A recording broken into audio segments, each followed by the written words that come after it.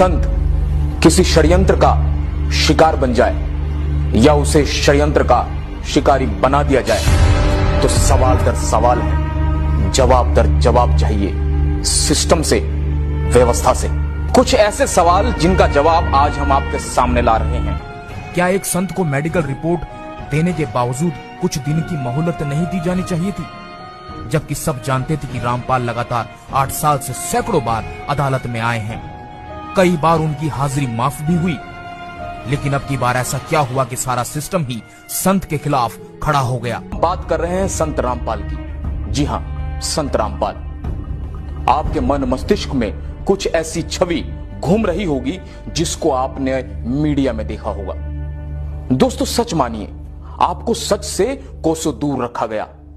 आज आपको हर एक सच से हम रूबरू कराएंगे। हमने भ्रष्ट जजों की शिकायत की। क्या इस देश में भ्रष्ट जजों के खिलाफ शिकायत करने का अधिकार नहीं है?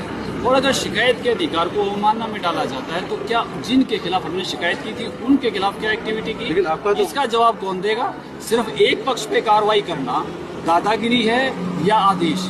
कानून क्या कहता है? न्यायालय को वो करना होगा जो संविधान कहता है। न्यायालय की दादागिरी नहीं चलेगी, न्यायालय को कानून से काम करना पड़ेगा। अगर आप न्यायालय जाके किसी की शिकायत करते हैं तो न्यायालय का कर्तव्य है, संविधान के तहत न्यायालय है, न्यायालय संविधान से ऊपर नहीं है। लेकिन साथियों, ये किसी एक व्यक्ति का काम नहीं, ये गठजोड़ है भ्रष्ट नेताओं का, नौकरशाहों का, अफसरों का, जुडिशरी और मीडिया का।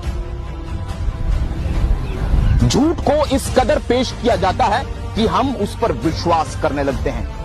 आम आदमी इस झूठ को पकड़ नहीं पाता है। होता क्या है कि हम जो गलत है उस पर विश्वास कर लेते हैं और जो सच्चाई है उस पर पर्दा डाल दिया जाता है। जूनियर एडवोकेट आते हैं, हमारे गाड़ी के चालक आते हैं, उनको भी उठा के बाहर से ले जाके बंद कर दिया जाता है, चौकी में बैठा दिया जाता है। हरियाणा पुलिस किस तरह से पूरी तरह से बाइस्ड है, जिसे यही नहीं पता किसको गिरफ्तार कर रहे हैं, क्यों कर रहे हैं, बिना कारण के उठाया बंद कर दिया, उठाया बंद कर दिया।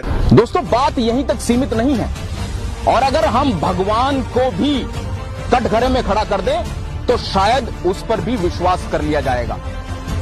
संत रामपाल जी के साथ भी ऐसा ही हुआ।